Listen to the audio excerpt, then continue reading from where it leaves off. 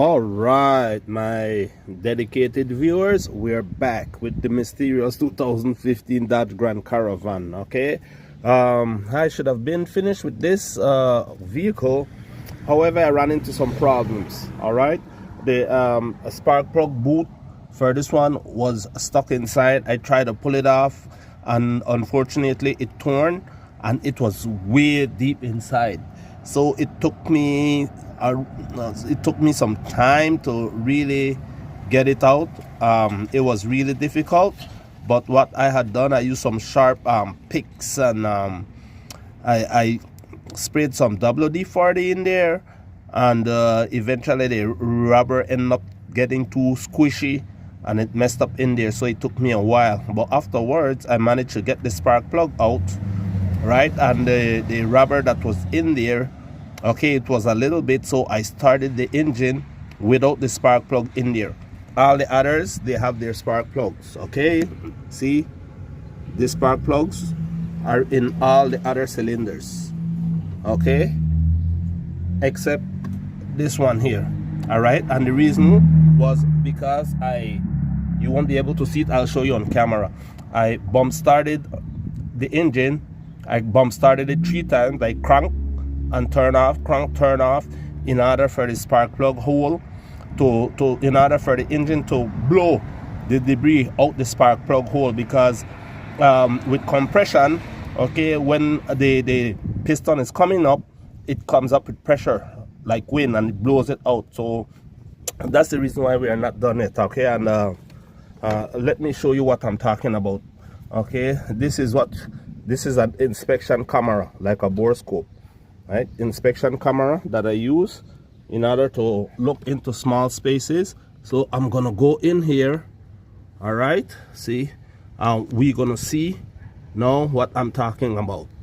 Okay, all right, now if you take a look at the camera, let's take a look. Okay, you see,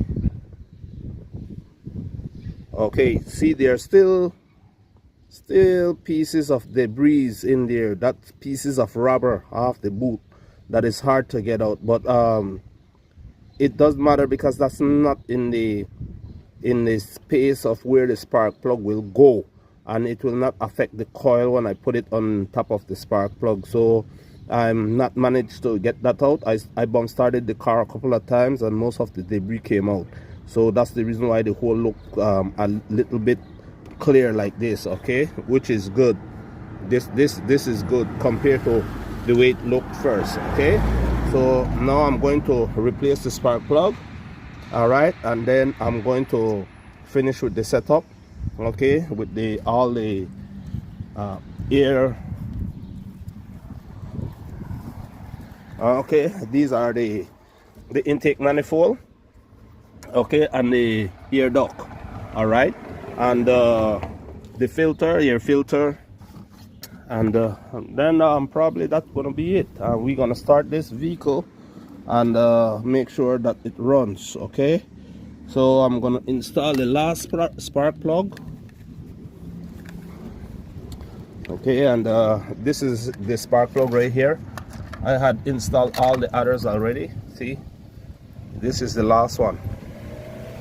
It's brand new, okay, and it's already pre-gapped, so I don't need to worry about the pre-gap. The gap is up between the flint and the spark, okay, so that it's already pre-gap. So this is the one that will go right inside the hole where we had all the debris and all the spark plug boot that was stuck. Okay, unfortunately it was a lot of work, so I didn't show it on camera how to get it removed, but actually I got it done. Okay, see, it's nice and clear. So I'm going to put in the spark plug now. Okay, and I'll see you when I do that.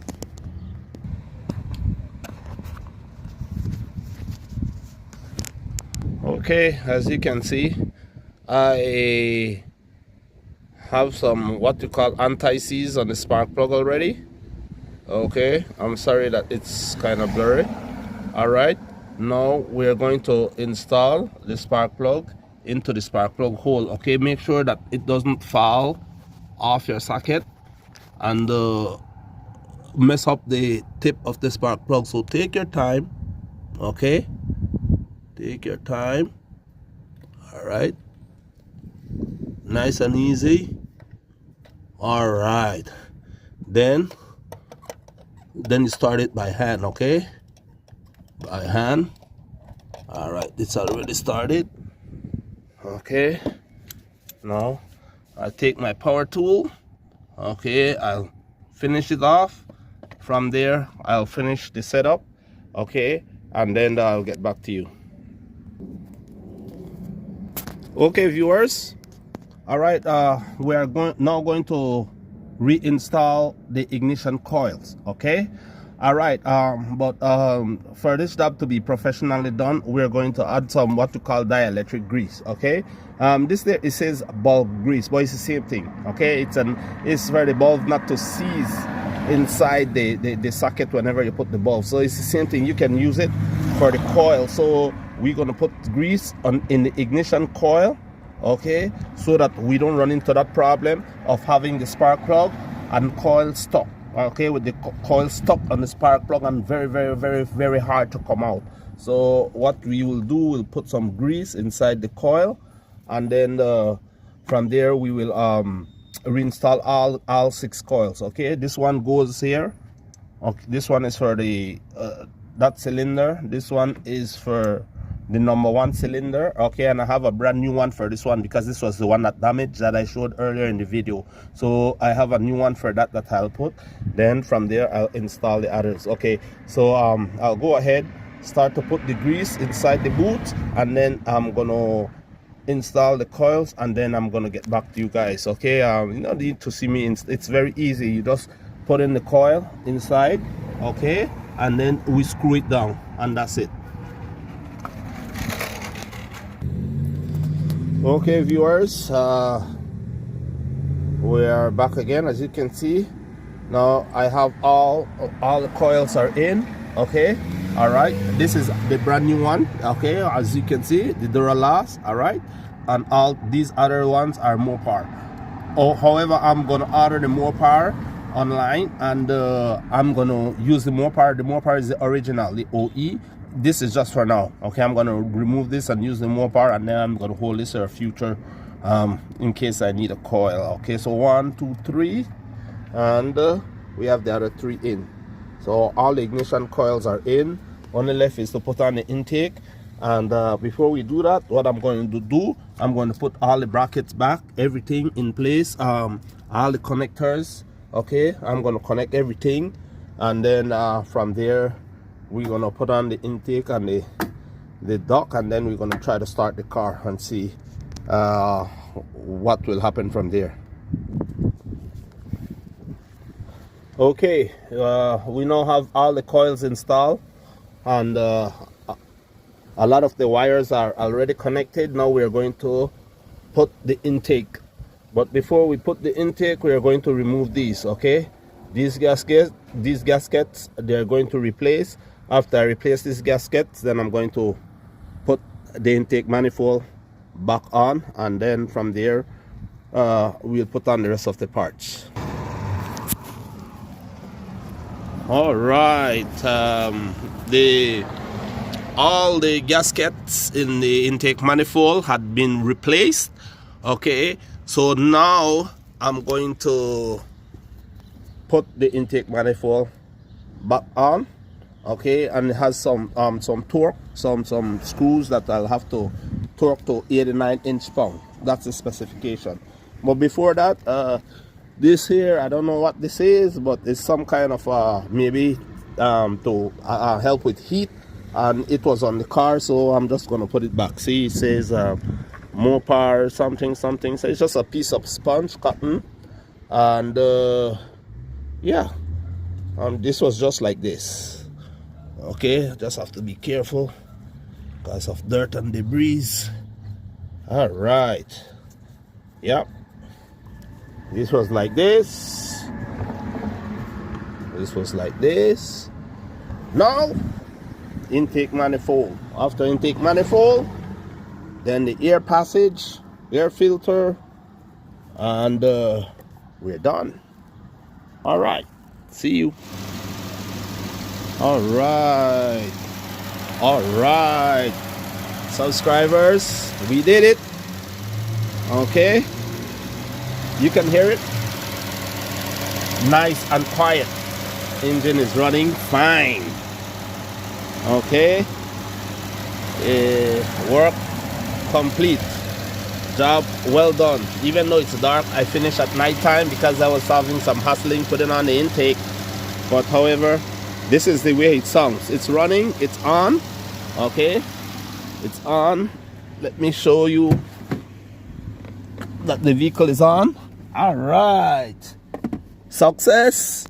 There we go. No check engine light. No check engine light. You look at the RPM. Okay, it's like that's like about 900 revolution, about 875 to 900 revolution per minute. Okay, no check engine light. This car is running, this car is on, and we call this a fix. Thank you for watching.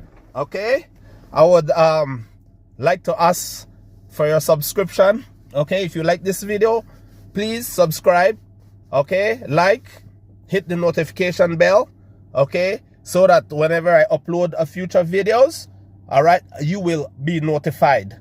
This is a job well done from a broken rocker arm, all right, and a damaged camshaft lobe. Okay, everything is being refurbished on the head, and that's a fix. Thank you again for watching. Bye. See you next time.